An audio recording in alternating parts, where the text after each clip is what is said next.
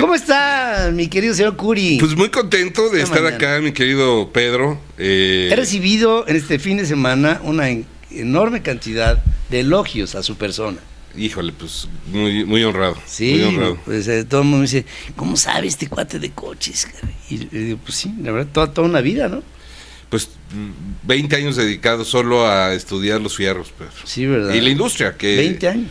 Que es muy interesante porque lo que parece evidente no lo es, y siempre tienes que pensar en el largo plazo. Sí, claro, y ahí siempre hay un trasfondo a los problemas de la industria automotriz. Así es. Y las propuestas de la industria automotriz y el desarrollo de la industria automotriz. No, y lo que ha aportado a la innovación, Pedro. O sea, realmente, si nos podemos saber lo que hoy analiza una computadora de un vehículo promedio, es más poderoso que lo que lleva el Apolo 11, ¿no? O sea, es algo que si lo comparas es increíble. Sí, hay todo un desarrollo científico, tecnológico, de diseño, de propuesta en la historia del hombre y de la movilidad. Porque, de la movilidad, claro. Porque, pues, miren, fíjense, la marca que hizo la diferencia entre la cultura en Europa en el siglo XV y la cultura en América en el mismo siglo, o sea, coetáneos, nada más fue el sistema de transporte, tenían caballos. Claro.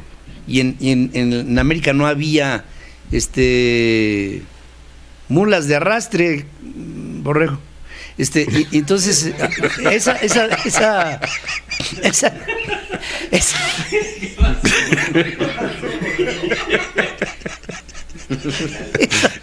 diferencia hizo pues todo, ¿no? Todo, sí, la verdad que sí. Sí, bueno, creo que ya lo habíamos comentado. La vida de una persona antes de 1886, cuando se inventa el motor de combustión interna, y que a la postre Ford ya lo hace como producción en serie, lo inventa Gottlieb Daimler en 1886. Sí. Antes de la existencia del vehículo, la vida de una persona promedio en el planeta se daba en un perímetro de 5 kilómetros. Sí. Sí, no había más, ese era su radio. Ese era su radio. O sea, no se movían más de 5 kilómetros. Y ya cuando... Por eso gente como Marco Polo pasó a la historia, porque se la pasó viajando. Claro. Y era frequent walker. Exacto. porque se la pasaba, digamos, de un lado a otro, en el comercio y todo, pero el promedio de vida de un mortal, era su entorno, era su horizonte. Sí, vamos al pueblo para el abastecimiento, y era lo más lejos que llegaban. Era lo más lejos que llegaban a lo largo de toda una vida. De toda la vida. Y hoy la movilidad pues es... Bueno, pues lo es todo. Lo es todo. Si tú puedes desplazarte gracias a los distintos medios que tenemos hoy como personas, pues puedes evolucionar y progresar 10 o 20 o 30 veces más de lo que nadie se lo imaginó en el siglo XVIII, ¿no? Nadie, qué bárbaro, es increíble que hoy la movilidad sea tan grande. ¿Y cómo será en el futuro? Yo siempre me pongo a pensar cómo será en el futuro.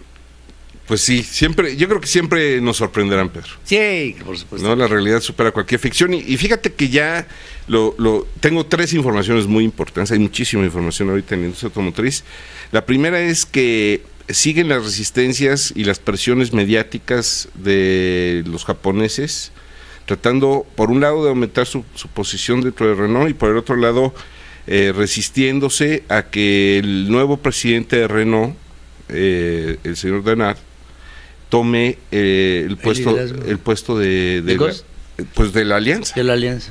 Es decir, que sobre una empresa que tomó ayuda japonesa, que tomó ayuda de Francia, ahora los japoneses ya no quieren seguir bajo ese mismo paraguas. Es que les creció mucho el hijo, ¿no? O sea, la verdad es que Nissan hoy, vis a vis, es mucho más fuerte tecnológicamente, en oferta de producto, en presencia global y en muchas otras cosas. Es mucho más fuerte que pues mira, el señor Gossen pudo haber tenido errores de vida, porque finalmente somos seres humanos y lo entiendo. Pero lo de Nissan se me hace casi una provocación. Sí, claro. Hacia Gossen. Están defendiendo, no, hacia Francia. No, pero hacia Gossen. Es decir, que lo que quiero decir es que a lo mejor le metieron el pie para que cayera. Cada vez se evidencia más eso. ¿Verdad? Cada vez se evidencia. O sea, le más meten eso. el pie a Gotham, cae, y entonces Nissan dice, espérame, ahora me echo para atrás y me puedo hasta marcar mi independencia, ¿no? O decir que ellos están hablando, en el artículo de Nikkei, están hablando de un gobierno corporativo equitativo que no centre el poder en una sola persona. Claro, y ya con eso ya dividieron el poder y ganaron. Y el siguiente paso pues es la decisión. La decisión. Claro. Fíjense, en el siglo XIX, de las primeras empresas automotrices en Inglaterra, eran de pandillas. Así como ahora buscan la legitimidad de algunos grupos ilegales del narcotráfico y buscan empresas formales, las pandillas en Inglaterra buscaron formas de hacer vehículos. Y empezaron algunas de las primeras fábricas. Claro, pues imagínate todo lo que puedes trasladar con camiones o con vehículos para mover mercancías, ¿no? Pero todo. No, en los años 20 la importancia de los camiones que cruzaban de Canadá a Estados Unidos trayendo el whisky ilegal, pues hizo un gran mercado de whisky en los Estados Unidos. Sí, y en aquel tiempo el presidente no quiso hacer un muro. Así es. No, pues no. Que yo sepa. Yo creo que hasta recibía regalías en eso. Oye, y bueno, Gosn alega que él no sabía que había que pagarle a Versalles, ni que Renault había pagado por la fiesta.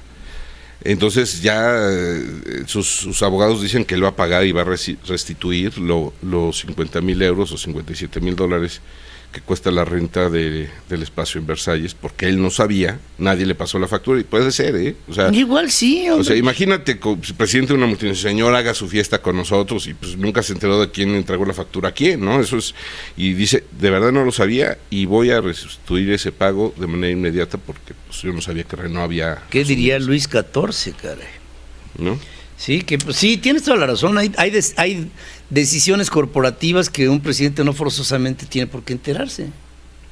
Y si hacen ahí en Versalles la recepción, el cuate va, llega, se echa unos hors pero pues... Además, quienes hemos estado en reuniones de alto nivel, te das cuenta que el lenguaje es sumamente abstracto. Sí. Todo es diplomacia. Sería un honor recibirlo, sé que usted se va a casar, oiga, pues que amable.